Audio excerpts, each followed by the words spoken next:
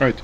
Welcome back to Black Summoner Anime Review episode number 3. We're here discussing episodes 7 and 8 for the series. In episode 7, we have where Calvin takes on the 4 heroes.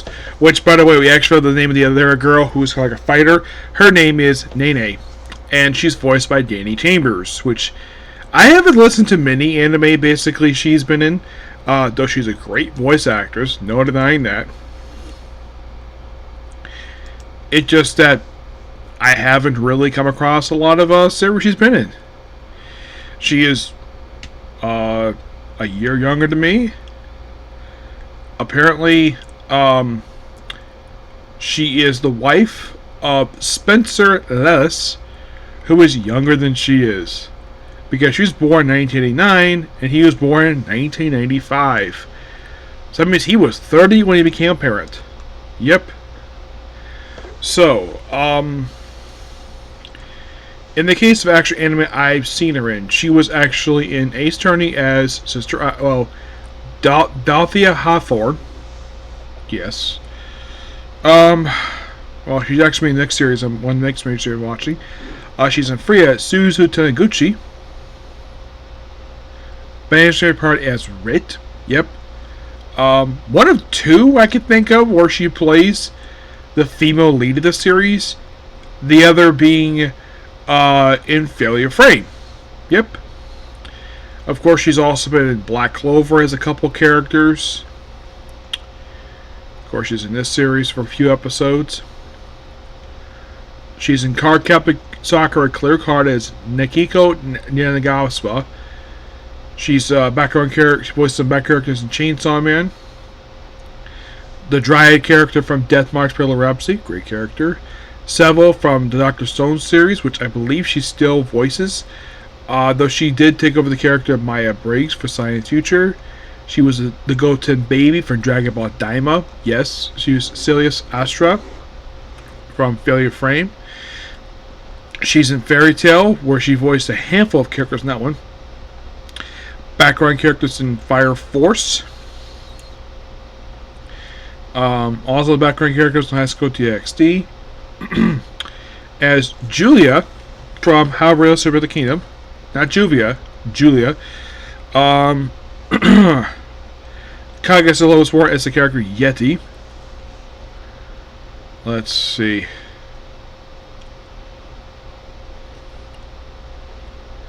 She's Layla.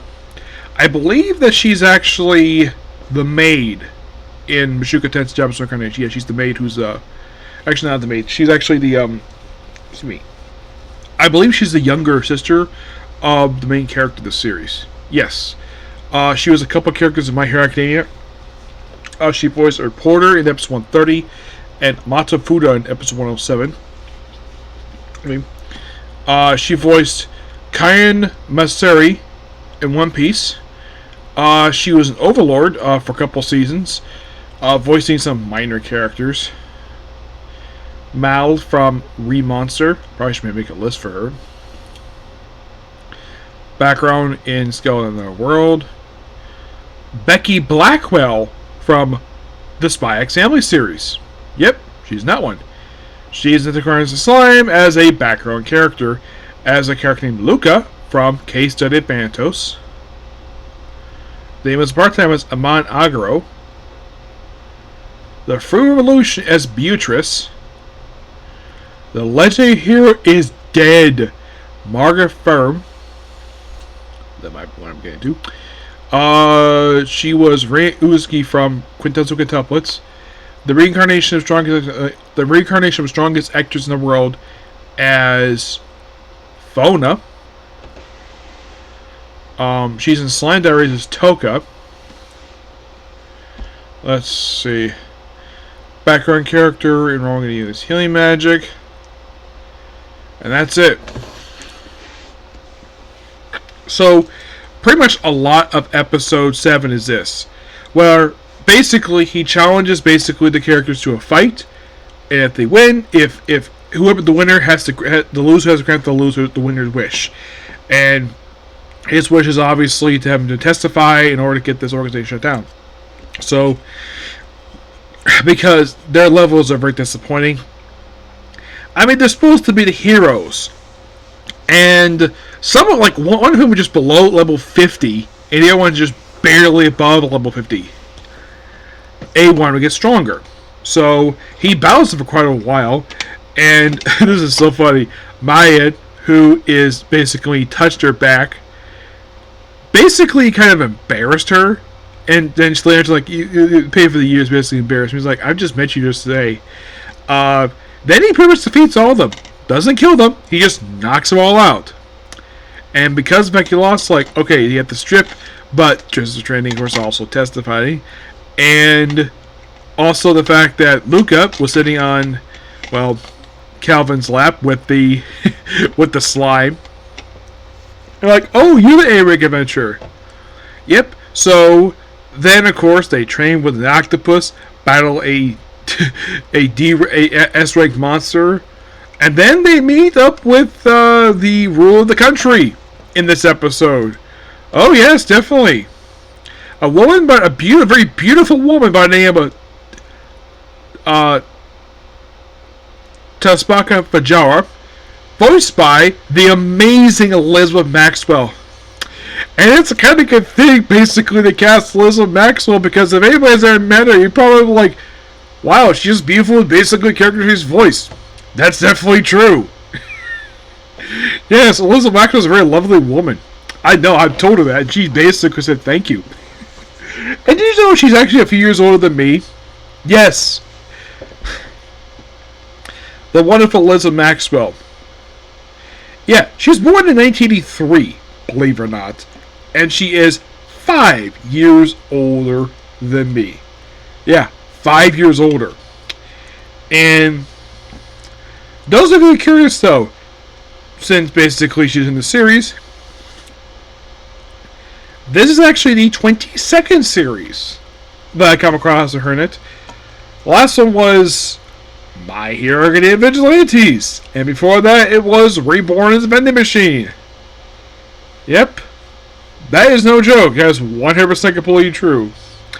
And of course, also, like all girls, she basically falls madly in love with him. It's like, whatever do you want? Basically, thank you.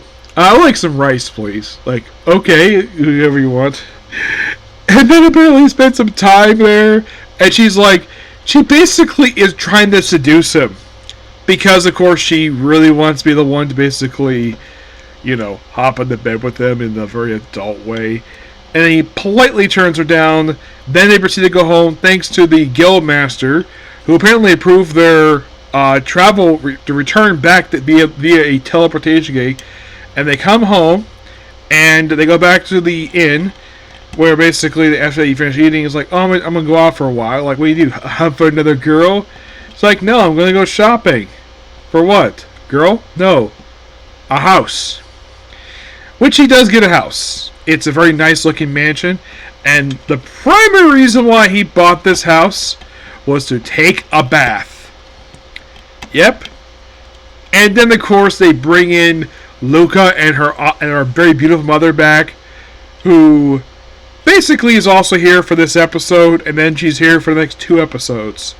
Yeah, the character's not around very long, but it's great they brought the character back. You would think, basically, for a character, her first showed up in episode 6.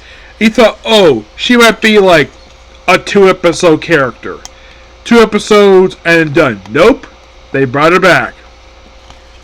Which good on basically them doing that. So they put an ad out in the paper. They get new maids.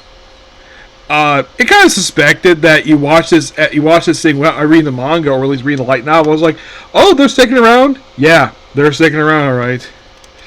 Yeah.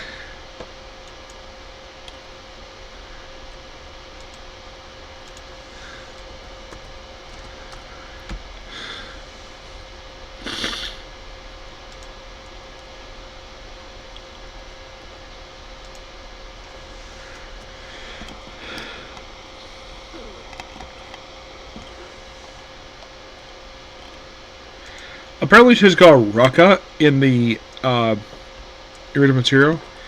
She's there, and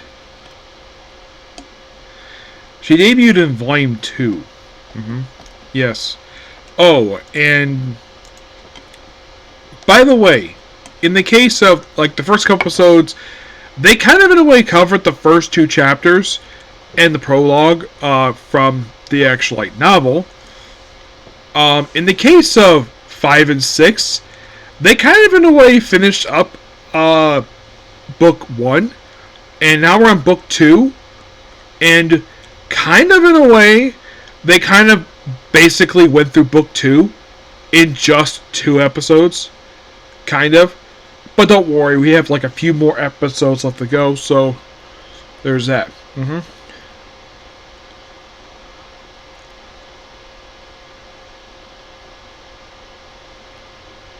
Which I am very much looking forward to. Well, it's better.